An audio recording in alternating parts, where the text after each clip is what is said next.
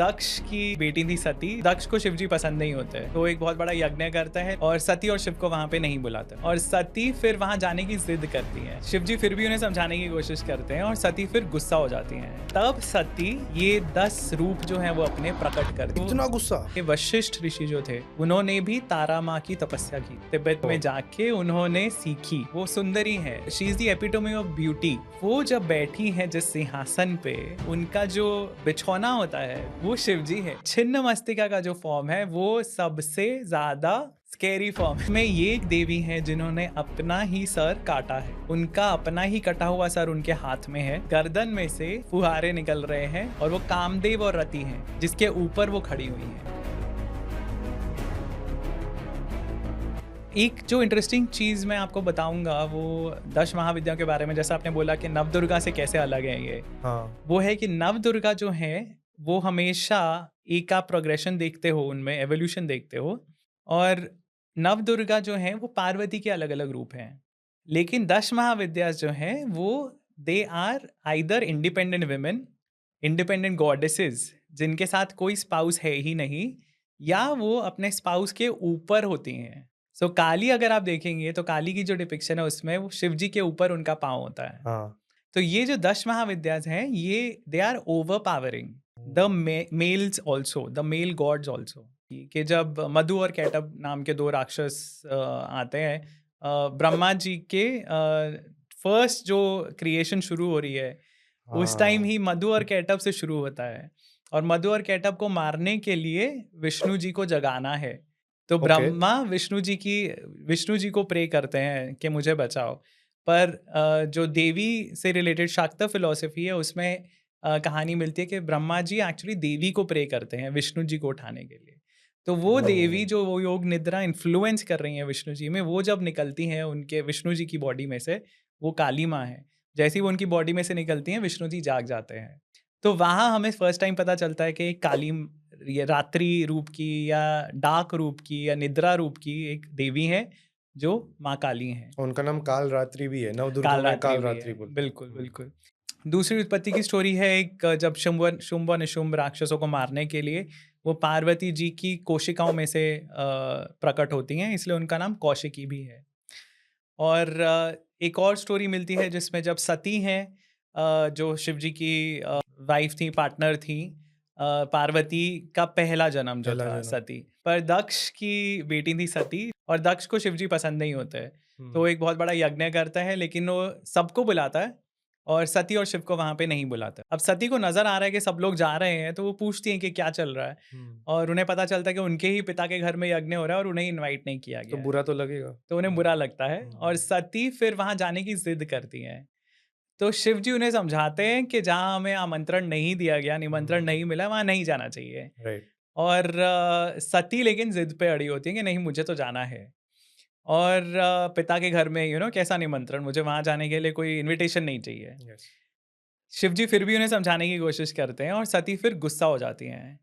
और तब सती ये 10 रूप जो हैं वो अपने प्रकट करती हैं जो शिव जी को सराउंड कर लेते हैं। और ओह! वो, इतना गुस्सा? हाँ, वाओ! और वो जो रूप है उनके वो 10 महाविद्याज रूप हैं। Oh wow! तो वो एक तरह से सती के अलग अलग फॉर्म्स हैं जो फियर्स वाले फॉर्म्स हैं। सो इनमें से सब फियर्स नहीं है एक्चुअली, पर प्राइमरीली जो उनका कॉन्टेक्स्ट मिलता है वो थोड़ा स्केरी डरावना वाला है। कि मतलब वो फर्स्ट टाइम अगर आप देखो, आप उन फॉर्म्स को नहीं समझते हो तो थोड़ा सा इंसान मे बी डर जाए, जैसे थोड़ा-सा काली माँ को देख के। क्वेश्चनिंग करेगा कि ये हाँ, क्यों ऐसे हाँ, सिम्बलाइज़ हो रहा है? हाँ। क्यों ऐसा हो रहा है, पर उसमें बहुत सारा सिंबलिज्म है। हुँ। सो ये तो पहला रूप है 10 महाविद्याज में से। फिर उसमें से जो दूसरा रूप है वो है तारा। हाँ जी। और तारा जो देवी हैं उनके बारे में अनफॉर्चुनेटली बहुत ज़्यादा नॉलेज नहीं है हमें हिंदुइज्म में। हुँ। पर बुद्धिज्म में तारा को बहुत ही इंपॉर्टेंट गॉडेस माना जाता है। ओके। सबसे इंपॉर्टेंट गॉडेस महायाना बुद्धिज्म में या वज्रयाना बुद्धिज्म में तारा देवी को माना जाता है। और तारा की जो वर्शिप है वो तंत्रा में भी मेंशन है कि वशिष्ठ ऋषि जो थे, जो ब्रह्म ऋषि वशिष्ठ थे, जो श्री राम के कुलगुरु थे, सूर्यवंशियों के कुलगुरु थे, उन्होंने भी तारा माँ की तपस्या की थी। अच्छा। तंत्र में वो भी मेंशन है। और वो महाचिन एरिया में जाके, मतलब वही तिब्बत वाले एरिया में ओह! जाके उन्होंने सीखी ओके। उनकी उपासना। ओके, और वो भी एक विष्णु रूप जो था, विष्णु रूप बुद्ध मेंशन्ड है ओके, तंत्र में, कि उनसे उन्होंने सीखी। सो काली हो गई, फिर तारा हो गई। तारा की जो डिपिक्शन हिंदुइज्म में दिखाई जाती है वो बहुत ज़्यादा सिमिलर है, काली माता से ही मिलती जुलती है उनकी जो ओके, डिपिक्शन है। सो काली है, तारा है, फिर उसके बाद षोडशी जो सुंदरी हैं, त्रिपुर सुंदरी जिनके बारे में मैंने पहले बात की। तो उनको षोडशी बोलते हैं क्योंकि वो 16 साल की एक लड़की के रूप में ही नज़र आती हैं ओके, हमेशा, तो षोडशी 16। और उनकी, जैसा मैंने कहा, ललिता महात्म्य में, देवी भागवत पुराण में उनको ही आदि शक्ति बताया गया है कि वो इस दश महाविद्या कैटेगरीज में है, पर वो आदि शक्ति हैं एक्चुअली। अच्छा, तो यही श्री विद्या है जो आप बोल रहे थे? यही श्री विद्या है। ओह! तो उनका जो डिपिक्शन है वो भी बहुत ही सुंदर है। उसमें अब ये वो स्कैरी नहीं दिखती हाँ, एक्चुअली, स्कैरी नहीं है। वो सुंदरी है। तो वो she is the epitome of beauty. हुँ, वो सुंदरता, पूरे संसार में सबसे सुंदर प्राणी वही हैं। और वो जब बैठी हैं जिस सिंहासन पे, उसमें उनका जो बिछौना होता है जिसके ऊपर वो बैठी हैं, वो शिव जी है। वो भी सदाशिव है। हाँ, तो सदाशिव लेटे हुए हैं और उनके ऊपर बैठी हैं वो, उनकी चेस्ट के ऊपर वो बैठती हैं।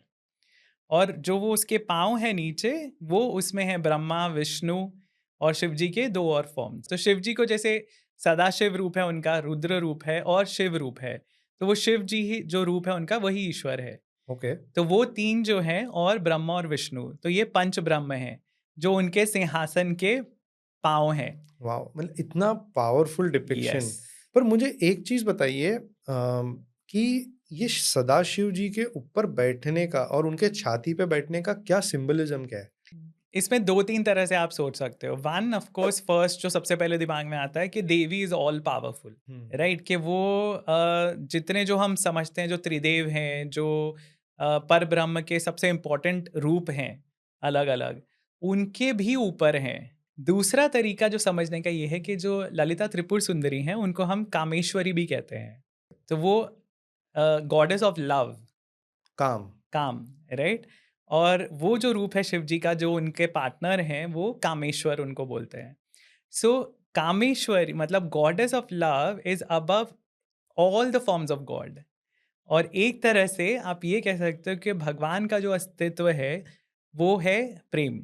सबसे ज्यादा इम्पोर्टेंट भगवान को क्या चाहिए भक्तों से, वो है प्रेम। उसके बाद उनका फॉर्म आता है भुवनेश्वरी का। हुँ, तो भू जो है, भूलोक हम बोलते हैं धरती को। हुँ। भुवा जो है वो है धरती से लेके सूर्य तक का जो रीजन है, वो भूवर लोक है। ओह! सो जो भुवनेश्वरी है उनको स्पेस की देवी माना जाता है, गॉडेस ऑफ स्पेस, जो वेदों में हम अदिति के रूप में जानते हैं। तो अब वेद क्योंकि काफ़ी लोग पढ़ते नहीं हैं, तो वेदों में जो गॉडेस का कंसेप्ट है वो अदिति से शुरू होता है। अदिति हैं जो देवताओं की माता हैं। सो अदिति जो है, उनको ऋग्वेद में अगर आप उनके बारे में पढ़ेंगे तो वो ऐसे डिस्क्रिप्शंस हैं कि अदिति ही है हर जगह। तो वो स्पेस की गॉडेस हैं एक तरह से, जो भुवनेश्वरी है। काली जो है वो टाइम का एलिमेंट है, जैसे शिव जी टाइम का एलिमेंट है। हुँ, तो वैसे ही भुवनेश्वरी स्पेस का एलिमेंट है, जैसे विष्णु जी स्पेस का एलिमेंट ओके, रिप्रेजेंट करते हैं। ओके, हाँ, तो उनका भी डिपिक्शन थोड़ा माइल्ड है। और उनको जनरली ऐसे एक महल में बैठे हुए दिखाते हैं। ओके। तो वो स्पेस दिखा रहा है, मतलब दैट इज़ द यूनिवर्स जिसकी वो, ब्रह्मांड। हाँ, ब्रह्मांड। फिर उसके बाद जो डिपिक्शन आता है वो है भैरवी का। ओके। और भैरवी का जो डिपिक्शन है वो कभी-कभी स्केरी होता है, कभी-कभी नॉर्मल होता है, पर उनके हुँ, जनरली मुकुट में दिखाते हैं स्कल्स लगे हुए हैं, 5 स्कल्स या 4 स्कल्स लगे हुए होते हैं। ओके। और भैरवी जो है ना वो एक तरह से रिप्रेजेंट करती है पोटेंशियल एनर्जी, क्योंकि हमें पता है शक्ति जो है एनर्जी है, एनर्जी। राइट? और लिटरल एनर्जी, ट्रांसलेशन। हाँ। यस, तो energy can never be created nor be destroyed, hmm, जो फिजिक्स का रूल है। Yes. Energy can only change forms, okay. सिर्फ वो रूप बदल सकती है। हुँ, उसमें से एक रूप है पोटेंशियल एनर्जी का। जब हमारे पास वो पोटेंशियल है कुछ करने का, वो दर्शाती हैं भैरवी। क्योंकि भैरवी बिल्कुल वॉयलेंट नहीं दिखाते उनको, वो भी शांति से बैठी हुई हैं। और उनका जो पर्पस है वो यही है, वो जागृत कराना जो आपके अंदर का लेटेंट पोटेंशियल है। वो भैरव भैरव शिव जी का एक रूप है, तो उनकी काउंटर पार्ट है भैरवी। सो भैरवी जो है वो पोटेंशियल एनर्जी रिप्रेजेंट करती हैं। और जो अगला फॉर्म है छिन्नमस्तिका, वो रिप्रेजेंट करती है काइनेटिक एनर्जी, एक्शन, वॉयलेंस। और छिन्नमस्तिका का जो फॉर्म है वो सबसे ज्यादा स्केरी फॉर्म सुपर है। स्कैरी। तो उसमें अब छिन्न मस्तिका का भी जो डिपिक्शन है वो probably one of the most difficult to understand, लेकिन आप एक बार जब समझ लेते हो तो आपको लगता है कि हाँ यार ये तो बिल्कुल सही है। हुँ, अब छिन्न मस्तिका की अगर आप इमेज देखेंगे तो उसमें ये एक देवी है जिन्होंने अपना ही सर काटा है। हाँ, तो वो देवी सेंटर में खड़ी हुई है, उनका अपना ही कटा हुआ सर उनके हाथ में है। यस।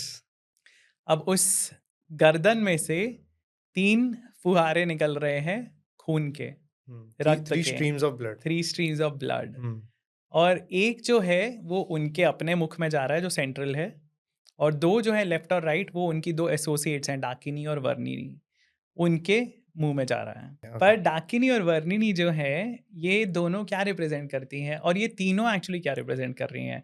जो 3 स्ट्रीम्स निकल रही हैं रक्त की, 3 धाराएँ निकल रही हैं, ये तीनों रिप्रेज़ेंट करती हैं जो हमारी नाड़ियाँ हैं, जो योगिक नाड़ियाँ हैं जिनसे हम कुंडलिनी जागृत करते हैं। सो हुँ, इडा, पिंगला और सुषुम्ना, ये जो ओह! 3 हैं, ये रिप्रेज़ेंट करती हैं। आपका गर्दन काटना रिप्रेजेंट करता है आपने अपनी ईगो को डिस्ट्रॉय कर दिया है। ओह!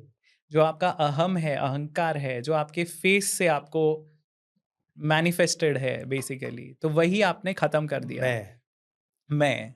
सो अगर आपको साधना में आगे बढ़ना है, स्पिरिचुअलिटी में आगे बढ़ना है, आपको सबसे पहले अपनी ईगो, अपना अहंकार ख़त्म करना है। हुँ, तो वो रिप्रेजेंट करती हैं। उसके बाद वो जो कुंडलिनी जागृत हो रही है, जो तीनों नाड़ियों में से जागृत हो रही है, वो खुद ही पी रही हैं। तो वो एनलाइटनमेंट दर्शाता है ओके। उन तीनों का। फिर जो देवी खड़ी हुई हैं, वो एक लव मेकिंग कपल है नीचे उनके, जिसके ऊपर वो खड़ी हुई हैं, और वो कामदेव और रति हैं, जनरली उनको दिखाया जाता है।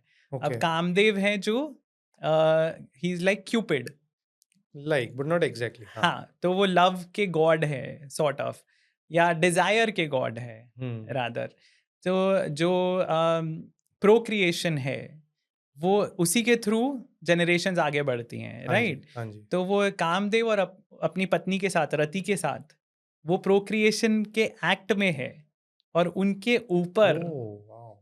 छिन्नमस्तिका खड़ी हुई है। तो ये क्या सिम्बोलिज़्म? तो ये सिंबलिज्म यही है कि जो साइकिल है बर्थ और डेथ की, ये वो दर्शाता है पर कि वो बर्थ उनके और डेथ, क्योंकि उन्होंने अपने गर्दन काटी, एक तरह से डेथ हो गई, राइट? हाँ, और नीचे क्रिएशन चल रही है, ओह! तो वो क्रिएशन और डेथ की साइकिल दर्शाता है। तो जो अगला फॉर्म आता है वो है धूमावती का, और Dhumavati probably is the only window goddess जो आपको दिखेंगे डिपिक्शंस में। अब वो क्या दर्शाता है एक्चुअली, और उनकी भी जो डिपिक्शन है ना, वो एक रथ में बैठी हुई है, हुँ, जिस रथ का कोई घोड़ा नहीं है। अच्छा। तो वो कोई घोड़ा मतलब कोई डायरेक्शन नहीं है कि वो कहाँ जा रहा है रथ, कोई अच्छा, वाहन वो नहीं है। वो ऐसे मूविंग लग रहा है रथ? नहीं, वो खड़ा हुआ है वहाँ पे बस रथ। जस्ट ओके, हाँ, हाँ। उनके हाथ में एक छानने वाली जो होती है बास्केट, ओह! वो है। ओके, सूप बोलते हैं उसको हिंदी में। हाँ, आई डोंट नो। क्योंकि इस जीवन में इम्पोर्टेंट चीज़ें क्या हैं? आपको वो अलग करनी है जो भूसा है उससे। Oh! Okay, so whatever is irrelevant, जो इम्पोर्टेंट नहीं है उसको आपको हटाना है, और जो इम्पोर्टेंट चीज़ें हैं उनकी तरफ ध्यान देना है। तो वो आप छान रहे हो अपनी लाइफ को। और क्योंकि वो विडो हैं, उनको एकदम वाइट में दिखाते हैं dressed up, she is old, probably again one of the only depiction जिसमें देवी को बूढ़ा दिखाया गया है, और उनके साथ एसोसिएटेड होता है धुआं। और तो धुआँ धुआं है उनके अराउंड। क्यों है? धुआं क्या दर्शाता है? सब जलने के बाद राख हो जाता है। यस। हाँ, तो क्या बचता है? राख बचती है और धुआं बचता है। हुँ, सो सब कुछ भस्म हो जाएगा, okay, everything will get destroyed. ये रियलाइजेशन आपको आ रहा है अब, जब आपने वो पहला स्टेप ले लिया है, आप विरक्ति की तरफ जा रहे हो, संन्यास की तरफ जा रहे हो, यू नो और उनके साथ एसोसिएट होता है कौवा। व्हिच इज़ अगेन यमराज का जैसा? कह सकते हैं एक तरह से यमराज का कि डेथ एसोसिएशन भी हुँ, है। पर एक क्रो जो है, कौवा जो है, वो अगर आप देखेंगे one of the most clever birds है। Yes, one of the most clever birds. वो किसी ना किसी तरह से कुछ ना कुछ तरीके से वो अपना गोल पा ही लेता है। वो भी एक वो चीज़ दिखाता है कि आपको फ़ोकस करके, वो जो फ़ोकस होता है, वो रख के आपको स्पिरिचुअलिटी में आगे बढ़ना है। ध्यान साफ करके जो इम्पोर्टेंट चीज़ें हैं वो लेके, थोड़ा-सा सन्यास की तरह, वैराग्य की तरफ मुड़ते हुए, मतलब डिटैच करते हुए खुद को मटीरियल चीज़ों से, आपको स्पिरिचुअलिटी में एक कौवे की एकाग्रता से आगे बढ़ना है। ओके। तो अब एक जो रूप आता है वो है बगलामुखी का। Yes, this is also a very interesting हाँ, वो डिपिक्शन। भी बहुत इंटरेस्टिंग उनका हुँ, डिपिक्शन है, जिसमें देवी एक दिखाई हुई है, जो एक राक्षस है उनके सामने। वो राक्षस की उन्होंने जीभ पकड़ी हुई है और उनके हाथ में एक गदा है जिससे वो उसको अभी मारने वाली हैं। ओह! ओके। सो वो जो रूप है वो एक्चुअली दिखाता है स्तंभन की पावर, पैरालाइज़ करने की पावर। ओह! तो ओके, आप अपने ओपोनेंट को, जनरली लोग यूज़ करते हैं उसको तंत्र में, अपने ओपोनेंट्स को, अगर कोई राइवलरी है, उसमें अपने ओपोनेंट्स को पैरालाइज़ करने के लिए, ओके। जैसे लीगल केसेस में जीतने के लिए, ऐसे-ऐसे में बगलामुखी की पूजा की जाती है, काफ़ी तरीकों से। बट वो स्पिरिचुअलिटी के एंगल में वो क्या दिखाती हैं कि जितने हुँ, डिस्ट्रैक्टिंग वॉइसेस हैं, जो हमारे ऑपोज़िशन में वॉइसेस, ऑपोज़िशन मतलब दुश्मन जो है हमारे, वो नहीं, हमारे दुश्मन क्या हैं, जो विचार हैं बुरे। ईगो भी हो सकता है ईगो भी हो सकती है, या अहंकार है, डिस्ट्रैक्शंस, लोभ है, क्रोध है, ये सारे जितने भी, लालच है, यस। बिल्कुल, जो जो नेगेटिव फोर्सेस हैं हमारी लाइफ में, जो और ये हमें, भी एक्चुअली आप देखोगे तो सब अपने अंदर ही है। बिल्कुल, हुँ, तो आपको उनको पैरालाइज़ करना है। उनको पैरालाइज़ करके ही आप स्पिरिचुअलिटी में आगे बढ़ सकते हो। और फिर उसके बाद जो रूप आता है, वो आता है मातंगी का। ओके। और मातंगी एक ऐसी गॉडेस हैं जो बैलेंस में आ गई हैं। आप स्पिरिचुअल परस्यूट्स में आप उस लेवल पे पहुंच गए हो कि आप बैलेंस कर पा रहे हो अपनी मटेरियल लाइफ और स्पिरिचुअल लाइफ। मातंगी के हाथ में एक वीणा है हुँ, जो रीढ़ की हड्डी से बनी हुई है। Again, it shows how gods are playing with our lives, right? तो वो जो उनके हाथ की जो वीणा है वो ह्यूमन रीढ़ की हड्डी है। तो मातंगी जो है वो, उनको माना जाता है, मातंगी को, तारा को, इनको माना जाता है सरस्वती जी का तांत्रिक फॉर्म। सरस्वती जी का, ओके। हाँ, तो विद्या की जो देवी है सरस्वती, उनका तांत्रिक फॉर्म माना जाता है इनको। और तारा को नील सरस्वती भी कहते हैं, और मातंगी का भी साउंड से कनेक्शन है, आर्ट से कनेक्शन है। तो उनके हाथ में एक स्कल होता है, एक हाथ में उनके सिज़र्स होती है, एक हाथ में एक तोता होता है, पैरट होता है। सो जैसे हमने कौवे का कनेक्शन पहले बोला कि कौवा फ़ोकस्ड रूप में जो उसे करना है, वो गोल अचीव करके गोल रहेगा। अचीव करता हुँ, है। जो पैरट है, तोता है, शुका जो है, उसको हम बोलते हैं आर्ट का प्रतीक है, वो कला का प्रतीक है। आर्ट, तो जो 16 कलाएँ या 64 कलाएँ आप बोल लो, जो भी हैं, वो सब उसको आती हैं, पैरट को। वो रिप्रेज़ेंट करता है, तो वो उनकी मास्टरी है कलाओं के ऊपर, ओके। मातंगी की। तो वो मटीरियल वर्ल्ड में भी सक्सेसफुल हैं और स्पिरिचुअल वर्ल्ड में भी सक्सेसफुल हैं। जो लास्ट फॉर्म है 10 महाविद्याज़ में, वो है कमलात्मिका का, या कमला भी उनको कहा जाता है। तो एक बहुत ही इंटरेस्टिंग चीज़ आप देखोगे, जो नवदुर्गा का प्रोग्रेशन है और जो 10 महाविद्याज़ का भी जो प्रोग्रेशन है, एवोल्यूशन है, उसमें जो लास्ट फॉर्म है, वो हमेशा एक शांत कमल पे बैठी हुई और हुँ, लक्ष्मी जी से एसोसिएटेड, जो सात्विक गुणों वाली देवी हैं, उनसे एसोसिएटेड है। सात्विक, सो जो कमलात्मिका है वो आपकी स्पिरिचुअल प्रोग्रेशन का लास्ट स्टेज है, जिसमें आपने वो सब अचीव कर लिया है, जो आपको, जो आपका पर्पस था, रियल पर्पस था लाइफ का। उन सारी स्ट्रगल्स में से निकल के, सारे ट्रांसफॉर्मेशंस में से गुजर के आप फाइनली उस स्टेज पे पहुंच गए हो। सेम स्टेज जो नवदुर्गा में सिद्धिदात्री की दिखाते हैं, जिसमें सब ऋषि, देवता, ह्यूमंस, राक्षस, सब उनके आगे नतमस्तक खड़े हैं। वही स्टेज आपकी कमलात्मिका की है, जिसमें आप वो लेवल पे पहुंच गए हो कि अब आपको किसी और डिस्ट्रैक्शन, कोई आपको डिस्ट्रैक्ट नहीं कर सकता, कोई पावर आपको डिस्टर्ब नहीं कर सकती, और कोई मटेरियल चीज़ आपको दोबारा भटका नहीं सकती रास्ते से। आप उस सेल्फ एक्चुअलाइज स्टेज पे पहुंच चुके हो। तो ये फाइनल स्टेजेस है नवदुर्गा की भी और दश महाविद्या की भी। और पर्पस, जैसा मैंने कहा, नवरात्रि में हम जितना ज़्यादा याद करें देवी को और देवी के फॉर्म्स की उपासना करें, वो उतना ही हमारे लिए बेनिफिशियल होती हैं, और देवी हमारी सहायता करती हैं स्पिरिचुअल परस्यूट्स में आगे बढ़ने का, स्पिरिचुअल जर्नी में आगे बढ़ने का।